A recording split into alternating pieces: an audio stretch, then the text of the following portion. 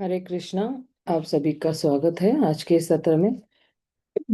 ओम अज्ञानतिमिरन्धस्य ज्ञानाञ्जनशलाकाय चक्षुरुन्मिलितं येन तस्मै श्रीगुरवे नमः। श्रीचैतन्यमनोभीष्टं स्थापितं येन भूतले स्वयं रूप कदा मह्यं ददाति स्वपदान्तिकम्। नमो विष्णुपदाय कृष्णपृष्ठाय भूतले श्रीमते भक्तिवेदांत स्वामिनिति नामिने। नमस्ते सरस्वते देवे गौरवाणी प्रचारिणे निर्विशेष शून्यवादी पाश्चात देश तारणे। हे कृष्णा करुणा सिंधु दीनबंधु जगतपते गोपेश गोपिका कांत राधाकांत नमोस्तुते। तप्त कांचन गौरांगी राधे वृंदावनेश्वरी वृषभानुसुते देवी प्रणमामि हरिप्रिये। वाञ्छाकल्पतरुभ्यश्च कृपा सिन्धुभ्य एव च पतितानं पावनेभ्यो वैष्णवेभ्यो नमो नमः। श्रीकृष्ण चैतन्य प्रभो नित्यानंद श्री अद्वैत गदाधर शिवासादि गौर भक्तवृंद। हरे कृष्णा कृष्णा कृष्णा हरे हरे, हरे राम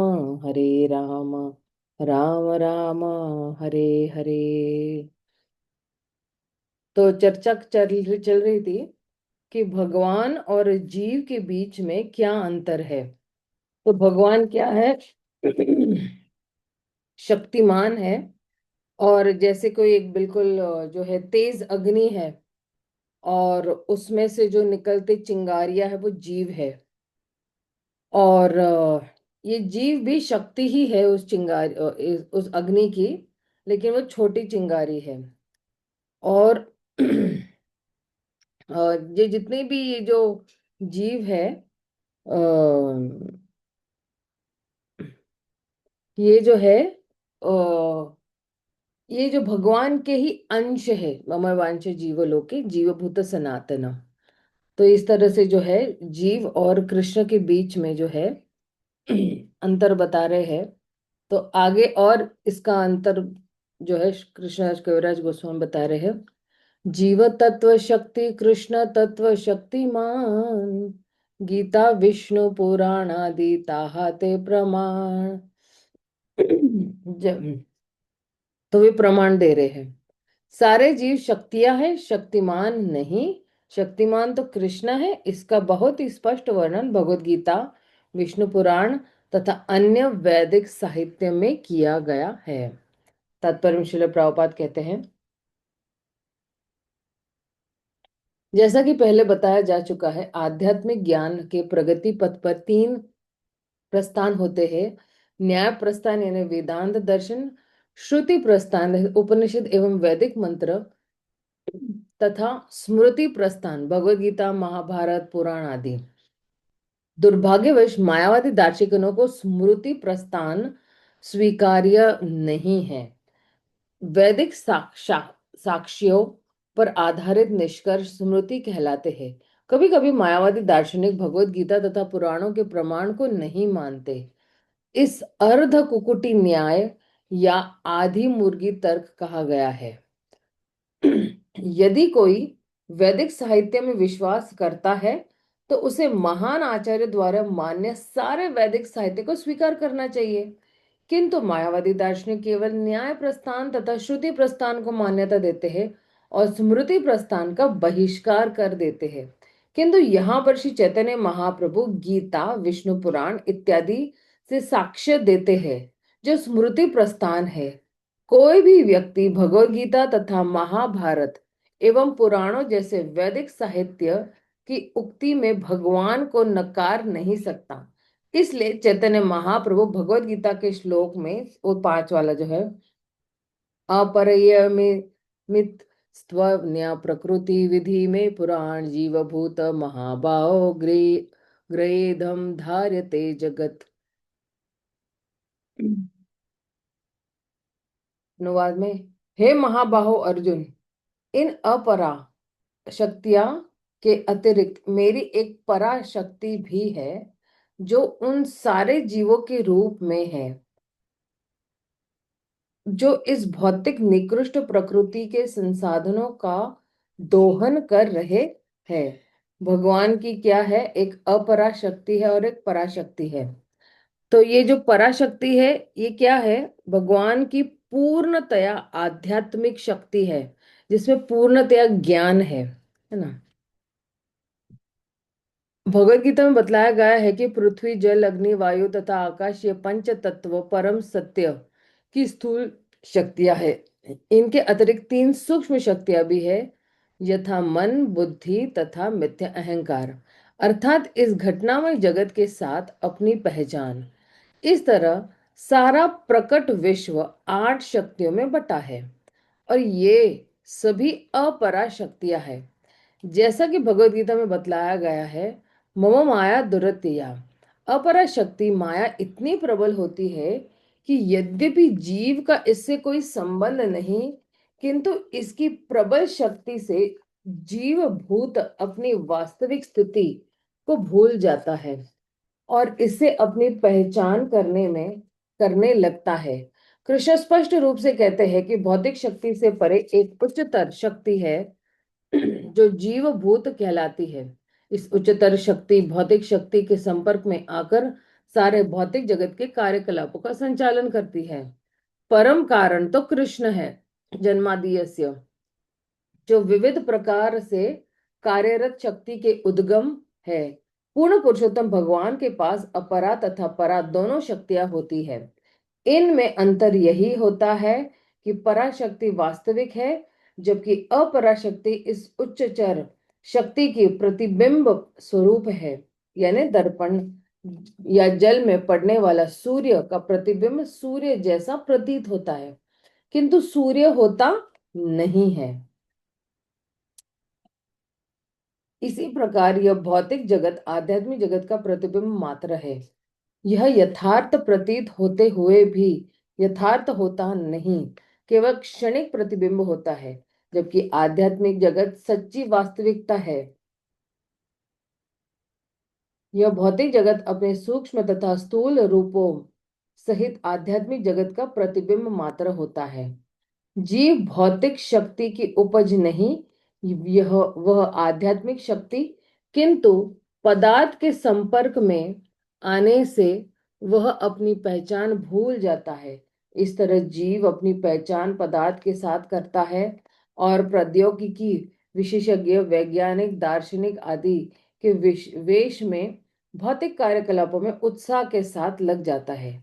उसे बिल्कुल पता नहीं कि वह तनिक भी भौतिक उपज नहीं है, अपितु नितांत आध्यात्मिक है। इस प्रकार अपनी वास्तविक पहचान खो देने से वह भौतिक जगत में कठिन संघर्ष करता है। हरे कृष्ण आंदोलन आंदोलन अथवा कृष्ण भावनामृत आंदोलन उसकी मूल चेतना को जागृत करने का प्रयास कर रहा है। गगनचुंबी इमारत बनाने में उसका कार्यकलाप उसकी बुद्धि का प्रमाण है, किंतु इस तरह की बुद्धि जरा भी उन्नत नहीं है।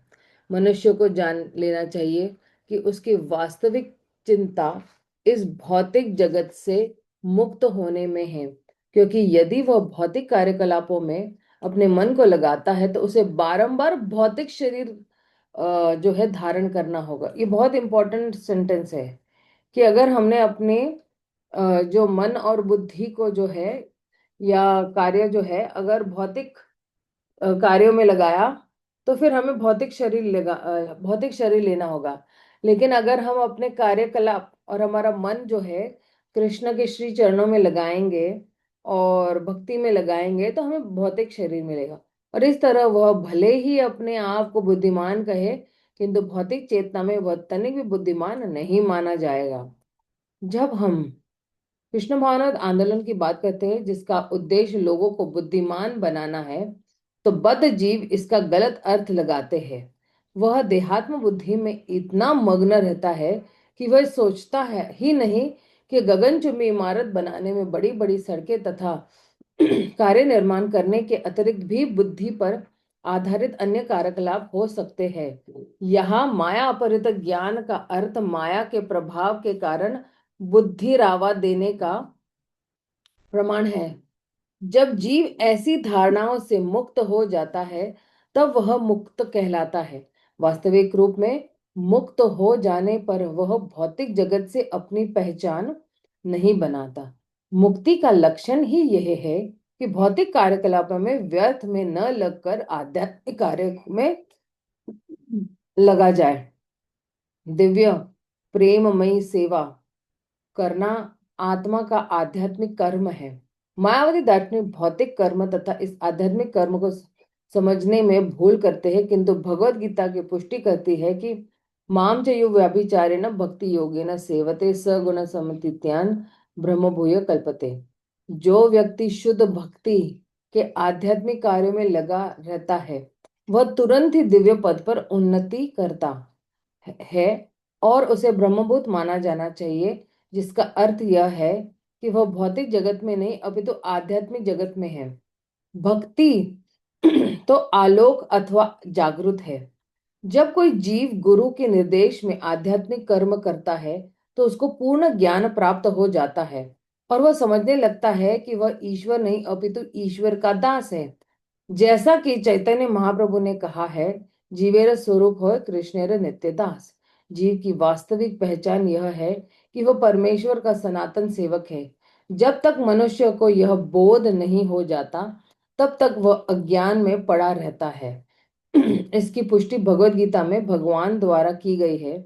बहुनाम जन्म नामन्ते ज्ञानवान व प्रपद्यते वासुदेव सर्वेति स महात्मा सुदुर्लभ।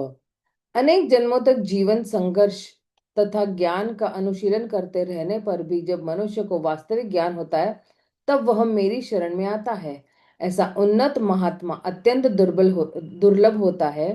इस तरह मायावत दार्शनिक ज्ञान में तो बहुत उन्नत लगते हैं, किंतु फिर भी वे पूर्ण नहीं होते हैं। पूर्णता प्राप्त करने के लिए उन्हें स्वे इच्छा से कृष्ण की शरण शरण ग्रहण करनी होगी।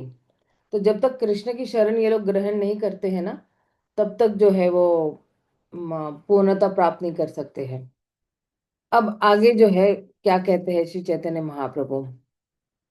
तो यहाँ पे जो है 3 श्रेणियां बताएंगे भगवान की शक्तियों की। विष्णु शक्ति परा प्रोक्ता क्षेत्र ज्ञानख्या तथा परा अविद्या कर्म संज्ञा न्याय तृतीया शक्ति ऋष्यते। भगवान विष्णु की शक्तियां 3 तरह की है। आध्यात्मिक शक्ति, जीव तथा अज्ञान। आध्यात्मिक शक्ति ज्ञान से पूर्ण है। जीव यद्यपि आध्यात्मिक शक्ति से संबंधित है, किंतु वे मोहग्रस्त होने के पात्र है। और तीसरी शक्ति जो अज्ञान से भरी है, सदैव सकाम कर्मों में दृष्टि गोचर होती है। तो क्या कह रहे हैं तात्पर्य में श्रील प्रभुपाद। यह विष्णु पुराण से लिया गया है। भगवत गीता से लिए गए पिछले श्लोक में यह स्थापित किया गया है कि जीव को भगवान की शक्तियों की श्रेणी में रखा जाता है। भगवान शक्तिमान है और शक्ति के अनेक प्रकार है। परास्य शक्ति विविधेव श्रूयते। विष्णु पुराण से लिए गए उपयुक्त श्लोक से भी इसकी पुष्टि होती है। शक्तियां कई प्रकार की है और इन्हें 3 श्रेणियों में वर्गीकृत किया गया है, जिनके नाम है आध्यात्मिक, तटस्थता और बहिरंगा। तत, अ, तत, तटस्था। आध्यात्मिक शक्ति का प्राकट्य आध्यात्मिक जगत में होता है। कृष्ण के गुण कर्म तथा परिकर सभी आध्यात्मिक है। इसकी भी पुष्टि भगवत गीता के 4थे अध्याय के 5वें श्लोक में हो गई है। अजोपि सन्न व्ययत ययात्मा भूतानि म ईश्वरोपि सन् प्रकृति स्वामधिष्ठाय संभवाय आत्ममायया। यद्यपि मैं अजन्मा हूँ और मेरा दिव्य शरीर कभी नष्ट नहीं होता, और यद्यपि मैं सारे जीवों का स्वामी हूँ, किंतु तो भी मैं अपनी आध्यात्मिक शक्ति से हर युग में अपने मूल दिव्य रूप में प्रकट होता हूँ। देखिए, भगवान भौतिक रूप नहीं ले रहे हैं। भगवान अपने मूल रूप में ही, यानी आध्यात्मिक रूप में ही जो है वो क्या हो रहे, वो प्रकट होते हैं। और क्या कह रहे हैं कि इसमें भगवान के बहुत सारे जन्म हो गए हैं। अर्जुन को जब कह रहे हैं ना कि तुम्हारे और मेरे बहुत जन्म हो चुके हैं और मुझे सब कुछ स्मरणम है, लेकिन तुम्हें कोई कुछ भी स्मरण नहीं है। तो ये जो बद्ध जीव जो है, वो जो योनि दर जो योनि, जो एक भौतिक शरीर से दूसरे भौतिक शरीर जो है वो भ्रमण करता है, तो वो भूल जाता है। क्यों? क्योंकि वो शरीर बदलते रहता है। क्योंकि आत्मा तो शरीर से अलग है ना, इसलिए वो भूल जाता है। और कृष्ण के जो नित्य परिकर है या नित्य भक्त जो है, जैसे अर्जुन है, वो भी उनके साथ बारंबार आते हैं।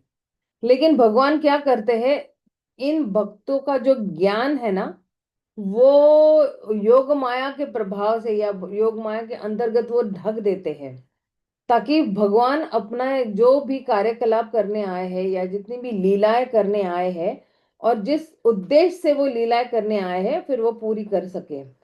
और भगवान के अलग अलग अवतार है, लेकिन भगवान जो है वो हमेशा अपने मूल रूप में ही रहते, सच्चिदानंद स्वरूप में ही रहते हैं, जो उनके शरीर से जो है वो अलग नहीं है, अभिन्न है। मेरा शरीर और मेरी आत्मा जो है वो दोनों अलग है, लेकिन भगवान का शरीर और भगवान की आत्मा जो है वो अभिन्न है। और जो कुछ भी उनके संदर्भ में है या उनसे जुड़ा हुआ है, वो सब कुछ क्या है, वो आध्यात्मिक ही है। और इसलिए क्योंकि भगवान जो है वो सर्वव्यापी है, भगवान जो है वो दिव्य है, इसलिए जो है भगवान अपने सारे जितने भी जो है पहले के जन्म है उनको स्मरण रहता है। आत्म माया आध्यात्मिक शक्ति का सूचक है। जब कृष्ण इस या किसी अन्य ब्रह्मांड में अवतरित होते हैं, तो वे ऐसे अपनी आध्यात्मिक शक्ति से करते हैं। हम भौतिक शक्ति के बल पर जन्म लेते हैं, किंतु जैसा कि विष्णु पुराण के संदर्भ में कहा गया है कि क्षेत्रज्ञ अर्थात जीव आध्यात्मिक शक्ति से संबंधित है। अतएव जब हम अपने आप को भौतिक शक्ति के प्रभाव से मुक्त कर लेते हैं, तब हम आध्यात्मिक जगत में प्रवेश कर सकते हैं। भौतिक शरीर अंधकार की शक्तियां या आध्यात्मिक कार्यों में पूर्ण अज्ञानता की शक्ति है।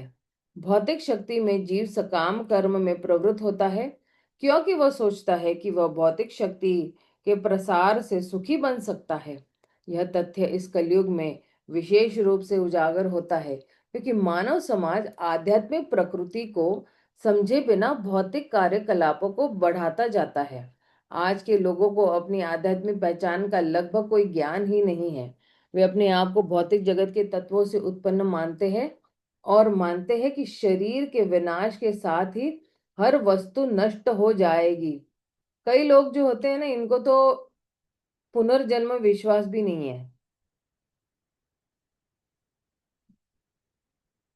जैसे हमारे एक इंश्योरेंस एजेंट है जो हमारे साथ करीबन मेरे ख्याल से 20-25 नहीं, मेरे ख्याल से 30-35 ईयर से जुड़े हैं। वो सर हमारे इंश्योरेंस का देखते हैं, मेडिक्लेम हेल्थ क्लेम है। तो मेरे मेरा उनके साथ कभी संपर्क नहीं हुआ आज तक, क्योंकि पापा ही सब कुछ हैंडल करते थे, हमारा इंश्योरेंस जो भी है, भरना वरना जो भी है उनके माध्यम से। तो अभी जस्ट कुछ दिन पहले उनका पापा पे फोन आया कि आपका इंश्योरेंस एक्सपायर है, रिन्यू करना है। तो मेरे पापा बोले इनसे जरा बात करो, मेरी बेटी से बात करो।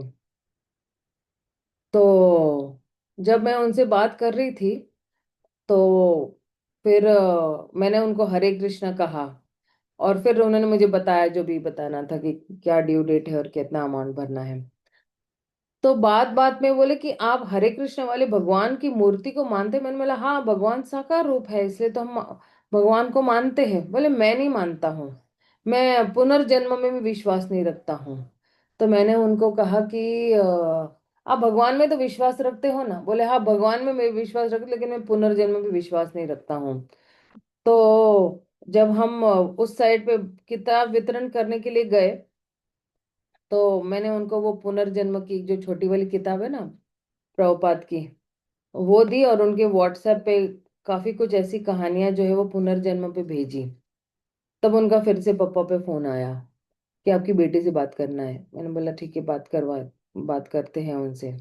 और काफी मतलब मेरे ख्याल से 1 घंटे तक मैं उनको बताती रही कि किस तरह से जो है हम ये है। फिर वो गए पुराने मंदिर, क्योंकि उनका घर जो है पुराने मंदिर से न- नजदीक पड़ता है। इतना इतना भी नजदीक नहीं है, 7-8 किलोमीटर पड़ता है। तो वहां पे गए, तो मैंने अपनी छोटी बहन को बोला, मैं वो आ रहे वहां पे, आप है ना इसको अटेंड करो। तब वो एक्चुअली मान गए कि पुनर्जन्म भी होता है। इतने सारे उनको जो है प्रमाण दिए, तब जाके उन्होंने माना कि हाँ पुनर्जन्म है। वो बोले अभी पूरा विश्वास नहीं, थोड़ा थोड़ा विश्वास है मुझे कि पुनर्जन्म। मैंने बोला अभी देखो आप तो जो है वो एकदम बिल्कुल कैसे न किनारे पे हो, बिल्कुल, है ना, कभी भी मृत्यु आ सकती है। तो क्यों नहीं आप जो है हरे कृष्ण महामंत्र करो, और कम से कम ये जो है जन्म सफल करो। क्योंकि भले आपने पहले जो कुछ भी किया है भगवान वो कंसिडर नहीं करेंगे, अभी आप क्या कर रहे हो भगवान वो कंसिडर करेंगे। कम से कम जितने भी साल आपके हैं, है ना, 7, 8, 10, 15 जो भी साल है, उसका कम से कम आप पूरा लाभ बोलो। तो वो रोज आजकल मंदिर आते हैं वहां पे। वो एक अपने हमारे भक्त है, वो बता रहे कि, और क्योंकि हमने वो उनसे मिलवा भी दिया था, तो आजकल वो वहां पे रोज मंदिर आ रहे हैं। तो कई लोगों को है ना पता है, मतलब कई लोगों को विश्वास ही नहीं होता है कि शरीर के विनाश के साथ हर वस्तु नष्ट हो जाएगी। उनको लगता है कि ये शरीर त्यागने पर जो है मेरा पुनर्जन्म होने ही नहीं वाला है। उनको जो आत्मा एक शरीर से दूसरे में प्रवेश करती है, ये इस चीज पे भी विश्वास नहीं है। इसको इंग्लिश में ट्रांस माइग्रेशन कहते हैं या परिवर्तन कहते हैं, उस पर विश्वास ही नहीं है। इसलिए इस निष्कर्ष पर पहुंचते हैं कि जब तक भौतिक इंद्रियों वाला यह भौतिक शरीर है, तब तक इंद्रिया यह यथासंभव भोग कर लिया जाए। नास्तिक होने के कारण उन्हें इसकी परवाह नहीं होती कि उनका कोई अगला जीवन भी है। ऐसे कार्यों को इस श्लोक में अविद्या कर्म संज्ञा न्याय कहा गया है। भौतिक शक्ति पूर्ण पुरुषोत्तम भगवान की आध्यात्मिक शक्ति से पृथक होती है। इस तरह उसकी सृष्टि मूलतः भगवान द्वारा की गई है, लेकिन वे उसके भीतर विद्यमान नहीं रहते। भगवान इसकी पुष्टि भगवद गीता में इस प्रकार की है कि मत स्थानी सर्वभूतानि, सारी वस्तुएं मुझ पर आश्रित है। तो जब भगवान यही कहते हैं कि मत स्थानी सर्वभूतानि, सब कुछ जो है मेरे पर है ये 9वें अध्याय का जो है वो चौथा वाला श्लोक है। तो उसमें जो है एक्चुअली यही कह रहे हैं कि सब कुछ जो है ये एक्चुअली क्या श्लोक है मेरे ख्याल से, हाँ, माया ततम इदम सर्वम जगत अव्यक्त मूर्ति न मत स्थानी सर्वभूतानि ना चाहम तेषम अवस्थिता। तो मैं जो हूँ, मैं सब हर चीज में हूँ, है ना, और जगत अव्यक्त मूर्ति ना, तो मैं इस पूरे मतलब ब्रह्मांड में जो हूँ मैं व्यापित हूँ, है ना, मत माया तदम इदम सर्वम। और अव्यक्त मूर्ति ना मतलब मैं अपने जो है वो अप्राकट्य रूप में जो हूँ, मैं यहाँ पे मौजूद हूँ। और जो सारे जीवात्मा वो क्या है, वो मेरे मेरे अंदर है। मेरे अंदर मतलब क्या, कि ये सारे जीवात्मा का जो अस्तित्व है वो मुझ पे निर्भर है। क्यों निर्भर है? क्योंकि मैं ही जो हूं मैं कारण हूं। मैं ही इन जीवात्माओं का क्या हूं, मैं कारण हूं, है ना। क्या कहते, ईश्वर परम कृष्ण सच्चिदानंद विग्रह अनादिर आदिर गोविंद सर्व कारण कारण, मैं ही जीवात्मा को कारण हूं। न चाहम तेषम अवस्थितम मतलब क्या कि अम, लेकिन मैं उनमें नहीं हूं। मतलब क्या, मैं इन जीवात्माओं पे निर्भर नहीं हूं, या उन पर जो है मेरा जो अस्तित्व निर्भर नहीं है। तो मैं अलग भी हूं, मैं पृथक भी हूं, और मैं अनासक्त भी हूं। जैसे जीव जो है वो क्या है, वो बहुत आसक्त है अपने शरीर से, अपनी वस्तुओं से, अपने लोगों से। लेकिन मैं क्या हूं, मैं अनासक्त हूँ। ये एक्चुअली जो है भगवान कह रहे हैं यहाँ पर कि जो है और इसलिए जो है आगे क्या कह रहे हैं। सारी वस्तु मुझे आ रही। इससे सूचित होता है कि हर वस्तु भगवान की निजी शक्ति पर आश्रित है। हम जो है, हम भी भगवान की शक्तियों पे ही आश्रित है। उदाहरण, सारे लोग जो है बाह्य अंतरिक्ष में टिके हैं, जो कृष्ण जो कृष्ण की भिन्न शक्ति है। भगवान भगवत गीता में बताते हैं कि भूमि रापो नलो वायो खम मनो बुद्धिरेव च अहंकार इति ये में भिन्न प्रकृति अष्टधा। तो भगवान कह रहे हैं कि मेरी जो शक्तियां है, जो पराशक्ति, सॉरी अपराशक्ति, और जो है माया शक्ति जिसको कहते हैं, है ना। तो ये जो है, ये क्या है, पृथ्वी जल अग्नि वायु आकाश मन बुद्धि तथा मिथ्या अहंकार, ये 8 मेरी भिन्न भौतिक शक्तियां हैं। भिन्न भौतिक शक्तियां इस तरह कार्य करती है मानव स्वतंत्र हो। किंतु यहाँ यह कहा गया है कि ऐसी शक्तियां वास्तविक होने पर भी स्वतंत्र नहीं है, केवल अलग की गई शक्तियां हैं। भिन्न शक्तियों को एक व्यवहारिक उदाहरण से समझा जा सकता है। तो प्रभुपाद अभी जो है यहाँ पे उदाहरण दे रहे हैं। मैं डेक्टाफोन में बोलकर पुस्तक लिखता हूँ, और जब इस डेक्टाफोन को फिर से चलाया जाता है तो ऐसा लगता है कि मैं स्वयं बोल रहा हूँ। किंतु वास्तव में मैं नहीं बोल रहा होता। मैं पहली बार स्वयं बोला था, किंतु बाद में डेक्टाफोन टेप जो मुझ से अलग है, ठीक मेरी ही तरह कार्य करता है। इसी प्रकार भौतिक शक्ति मूलतः पूर्ण पुरुषोत्तम भगवान से उद्भूत होती है, किंतु वह उनसे पृथक होकर कार्य करती है। यद्यपि इसके लिए शक्ति भगवान से ही प्राप्त होती है। तो अब जो है भगवत गीता के 9वें अध्याय में भी यही बताया गया है कि मया अध्यक्षेण प्रकृति सूर्यते स चराचरः। तो भगवान क्या कहते हैं कि मैं ही क्या हूं, कहते हे कुंती पुत्र, यह भौतिक प्रकृति मेरी अध्यक्षता में कार्य करती है, और यह सारे जड़ तथा चेतन जीवों को उत्पन्न करती है। पूर्ण पुरुषोत्तम भगवान की अध्यक्षता में अथवा उनके निर्देश में भौतिक शक्ति इस तरह कार्य करती है मानो वह स्वतंत्र हो, जबकि वास्तव में वह स्वतंत्र नहीं है। देखिए, जब भगवान कहते हैं ना मया अध्यक्षेण प्रकृति, तो भगवान कहते हैं मैं ही परम डायरेक्टर हूँ। क्योंकि मेरी अध्यक्षता में, मतलब जब भगवान दृष्टिपात करते हैं, है ना, इस भौतिक सृष्टि पर, तो फिर क्या आते, सूर्य से सचराचरम, चर और अचर जितने भी हिलने वाले और नहीं हिलने वाले हैं जो है वो क्या उत्पन्न हो रहे हैं। और फिर क्या कह रहे, हेतु नाने न कौन्तेय, है ना। तो कह रहे कि इस तरह से जो है ये जगत विपरीत वर्तते। तो फिर ये जो पूरा भौतिक ब्रह्मांड या जगत है, ये इस तरह से जो है इसकी जो है रचना होती है, और फिर से इसका संहार भी इसी तरह होता है। तो अगर आप देखोगे कि जब भगवान जो है उनकी असीमित अवतार है ना, और उसमें से एक अवतार क्या है, पुरुष अवतार है। और ये पुरुष अवतार क्या करते हैं कि ये जो पुरुष अवतार है ये इस भौतिक भौतिक जगत की रचना करते हैं। तो जो पहले पुरुष है वो कौन है, वो महापुरुष है या कारणोदक्ष विष्णु है, जो कारण सागर में जो है वो जो है लेटे हैं, और जो है अपने श्वास से जो है अनंत कोटि ब्रह्मांड जो है वो निर्माण कर रहे हैं। और जब वो दृष्टिपात करते हैं तो वो सारे जितने भी जीवात्माएं हैं, ये सारे भौतिक जगत में जो है वो उत्पन्न हो जाते। जैसे अगर कोई पिता है, और जब माता पे जो है दृष्टिपात करते हैं, तो तुरंत ही जो है सारे जीवात्माएं जो है वो माता के गर्भ से जो है वो उत्पन्न होते हैं, इस तरह से।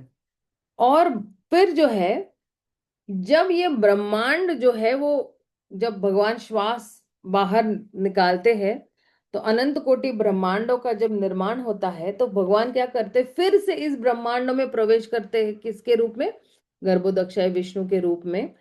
और ये है दूसरे पुरुष। और फिर आगे फिर से वो जो है अपने आप को फिर से विस्तार करते हैं कारणोदक्षाय विष्णु के रूप में, जो तीसरे पुरुष है, और फिर से जो है हर एक कण में जो है वो प्रवेश करते हैं कारणोदक्षाय के रूप में। तो अब देखिए, दक्षाई के रूप में होता माता जी। सॉरी सॉरी सॉरी प्रभु जी, क्षीरोदक्षय के रूप में, क्योंकि कारणोदक्षय तो पहले पुरुष है ना, सॉरी सॉरी। तो हालांकि जितने भी जीवात्माएं हैं, ये भगवान की ही दृष्टि, जब दृष्टिपात करते हैं, तब जो है वो उनका जन्म हुआ है या उत्पन्न हुए हैं। लेकिन फिर भी वो अलग अलग योनियों में या अलग अलग श्रेणियों में भी जो है वो जन्म लेते हैं, अपने कितने अपने जो है पूर्व कर्मों के हिसाब से या पूर्व इच्छाओं के हिसाब से वो जन्म लेते हैं। तो भगवान जो है वो सीधे जो है वो इस भौतिक सृष्टि से, क्या कहते हैं, आसक्त नहीं है। लेकिन क्योंकि वो बिल्कुल इसको कहते हैं ना सुपरिटेंडेंट है, क्योंकि उन्होंने ही उत्पन्न किया है, तो फिर वो क्या है, निमित्त कारण भी है और उपादान कारण भी है। निमित्त कारण मतलब क्या, कि जो बिल्कुल पहला कारण है उनका, और फिर जो है प्रकृति जो है वो उपादान कारण है। और क्योंकि जो है भगवान जो है वो कर्ता भी है, और भगवान बिल्कुल न्यूट्रल भी है ना। और जो है इसलिए जो है भगवान जो है जब ये सृष्टि की रचना करते हैं, तो इसलिए उसको सुपरिटेंडेंट कहा था। और भगवान जो है ये तीनों पुरुष जो है ना, कानोदक्ष विष्णु, गर्भोदक्ष विष्णु, क्षीरोदक्ष विष्णु, इन तीनों पुरुषों के भी जो है क्या है, वो स्तोत्र है। और इस भौतिक जगत को जो है वो बिल्कुल उनका पालन पालन भी कर रहे, मेंटेन भी कर रहे हैं। और फिर भी जब भगवान कृष्णा अवतरित होते हैं द्वापर युग में, है ना, देवकी और वसुदेव के पुत्र के रूप में, तो फिर भी जो है कई लोग उनको समझ नहीं पाते हैं। उनको लगता है कि हाँ, साधारण बालक ने जो जन्म लिया हुआ है ना, और जो है, या केवल भगवान का कोई अंश है ना, पुरुष अवतारों में से। लेकिन उनको ये पता नहीं है कि भगवान स्वयं आए हुए हैं, कोई पुरुष अवतार के माध्यम से नहीं आए, भगवान सीधे आए हैं। भगवान कारणोदक्षा के माध्यम से नहीं है, गर्भोदक्षा के माध्यम से नहीं है, और शिरोदक्षा के माध्यम से नहीं आए हैं। वो भगवान स्वयं जो है वो यहाँ पे जो है वो अवतरित हुए हैं। जैसे कोई उदाहरण देते हैं हमेशा, कि अगर 25वें माले से मैं सीधा लिफ्ट से नीचे आता हूँ, कैसे लगता है, फटाक से मैं नीचे आ जाता हूँ, राइट। कोई उसमें रुकावट नहीं है। तो भगवान भी सीधा उसी लिफ्ट की तरह से जो है ना, फटाक फटाक से नीचे आ जाते हैं, बड़े आसानी से आ जाते हैं नीचे। आगे, पूर्ण पुरुषोत्तम भगवान की अध्यक्षता में अथवा अनेक निर्देश में भौतिक शक्ति इस तरह कार्य करती है मानो वह स्वतंत्र हो, जबकि वास्तव में वह स्वतंत्र नहीं है। विष्णु पुराण से लिए गए इस श्लोक में पूर्ण पुरुषोत्तम भगवान की समग्र शक्ति के तीन विभाग बताए गए हैं: आध्यात्मिक या अंतरंग शक्ति, तटस्थ शक्ति या क्षेत्र, तथा भौतिक शक्ति, जो भगवान से भिन्न है और स्वतंत्र रूप से कार्यशील प्रतीत होती है। जब श्री व्यास देव ने ध्यान तथा आत्म साक्षात्कार द्वारा पूर्ण पुरुषोत्तम भगवान का दर्शन प्राप्त किया, तो उन्होंने उनके पीछे भगवान की भिन्न शक्ति को भी खड़े देखा। अपश्यत पुरुष पूर्ण माया च तत्पर तदपाश्रयम। व्यास देव ने यह भी अनुभव किया कि जीवों के ज्ञान को आच्छादित करने वाली यह भिन्न शक्तियां या भौतिक शक्तियां, यया सम्मोहिता जीव आत्मनम त्रिगुणात्मकम, यह भिन्न भौतिक शक्ति जीवों को मोहित कर लेती है, और इस प्रकार वे इसके वशीभूत होकर आध्यात्मिक श्रम करते हैं, और उन्हें पता नहीं रहता कि वह अपने जीवन के लक्ष्य को पूरा नहीं कर रहे हैं। दुर्भाग्यवश उनमें से अधिकांश अपने आप को शरीर समझते हैं, इसलिए भौतिक इंद्रिया को अंधाधुंध भोग करना चाहते हैं, क्योंकि मृत्यु आने पर तो सब कुछ समाप्त ही हो जाएगा। यह नास्तिक दर्शन कभी भारत में भी फैलाया था, जिससे कि चार्वाक मुनि ने प्रचारित किया था। उन्होंने कहा था, ऋण कृत्वा धृत पिबेत याव जितेवेत सुख जीवेत भस्मीभूतस्य देहस्य कुतः पुनरागमनो भवेतः। उनका मत था कि जब तक मनुष्य जीवित है तब तक छक्कर घी खाए। भारत में घी अनेक व्यंजन बनाने में मूलभूत सामग्री है। हर कोई अच्छा भोजन खाना चाहता है, इसलिए चार्वाक मुनि ने परामर्श दिया कि अधिक से अधिक घी खाया जाए। कोई कहा सकता है, भाई मेरे पास तो पैसे नहीं है, मैं घी कैसे खरीदूं? किंतु चार्वाक मुनि कहते हैं कि यदि तुम्हारे पास पैसे नहीं है तो मांगो, उधार लो या चोरी करो, किंतु जैसे भी हो घी प्राप्त करके जीवन का भोग करो। जो लोग आगे यह आपत्ति करते हैं कि मांगना, उधार लेना या चोरी करना जैसे अधिकृत कार्य अपराध है जिनके लिए उन्हें दोषी ठहराया जाएगा, उनके लिए चार्वाक मुनि का उत्तर है, तुम्हें उत्तरदायी नहीं ठहराया जाएगा। मन पर जो ही तुम्हारा शरीर भस्म हो जाएगा, राख हो जाएगा, तो सब कुछ समाप्त हो जाएगा। लेकिन कर्मों का तो चक्कर तो वैसे का वैसे ही रहेगा ना। ये चार्वाक मुनि को नहीं पता था। यह अज्ञान अज्ञान कहलाता है। भगवत गीता बतलाती है कि शरीर नष्ट होने से कोई मरता नहीं है, न हन्यते हन्य माने शरीरे। एक शरीर के विनाश का अर्थ है दूसरा शरीर पाना तथा देहांतर प्राप्ति। अतएव भौतिक जगत में दायित्व विहीन कार्य करना बहुत खतरनाक है। आत्मा तथा इसके देहांतर हो जाने बिना लोग भौतिक शरीर की आकृष्ट होकर ऐसे अनेक अनेक कार्यों में लग जाते हैं मानो केवल भौतिक ज्ञान के बल पर ही सुखी बना जा सकता है। आध्यात्मिक जगत का कोई महत्व ही नहीं है। इसलिए संपूर्ण भौतिक जगत तथा इसके कार्यकलापों को अविद्या कर्म संज्ञा संज्ञा कहा गया है। पूर्ण पुरुषोत्तम भगवान की इस भिन्न शक्ति या भौतिक शक्ति के अंतर्गत कर्म करने वाले मनुष्यों के अज्ञान को दूर करने के लिए ही भगवान अवतरित होते हैं, जिसमें उन्हें आध्यात्मिक कार्यों की मूल प्रकृति का स्मरण हो सके। यदा यदा ही धर्मस्य ग्लानिर्भवति भारत, जो ही वे अपनी मूल प्रकृति से विचलित होते हैं, त्यों ही भगवान उन्हें यह शिक्षा देने के लिए आते हैं। सर्वधर्म परित्यज्य माम एकम शरणम। हे प्रिय जीवो, तुम सारे भौतिक कार्य का परित्याग करके अपनी सुरक्षा के लिए केवल मेरी शरण में आओ। यह चार्वाक मुनि का कथन है कि मनुष्य को घी खरीद कर जीवन का आनंद भोगने के लिए भीख मांगना, उधार लेना या धन चुराना तक उचित है। तो इस तरह जो है भारत के महानतम नास्तिक चार्वाक मुनि, ना नास्तिक नास्तिक ही बता रहे हैं, तक यह संस्तुति करते हैं कि घी खाओ, मांस नहीं। कोई सोच भी नहीं सकता था कि मनुष्य बाघ तथा कुत्तों की तरह मांस खाए, किंतु लोग इतने गिर चुके हैं कि वे पशु बन गए हैं और वे यह दावा भी नहीं कर सकते कि उनके पास मानव सभ्यता भी है। तो यहाँ पर अगर हम देखेंगे कि किस तरह से जो है चाणक्य मुनि ने जो है वो गलत बीच में जो है वो कथन अपना फैलाया हुआ था कि घी खाओ और फिर जो है पूरी तरह से जिंदगी ऐश में जियो, खाओ पियो और मौज करो। लेकिन जीवन का जो असली लक्ष्य है वो क्या है, यही नहीं बताया, क्योंकि वो नास्तिक थे तो उनको पता ही नहीं। उनको लगता है यही जीवन सब कुछ है, इसके बाद कुछ भी नहीं है। और फिर यही जो है ट्रेंड चला आ गया कि हाँ भाई खाओ पियो मौज करो, जीवन एक जीवन मिला है, सिर्फ खाओ पियो मौज करो।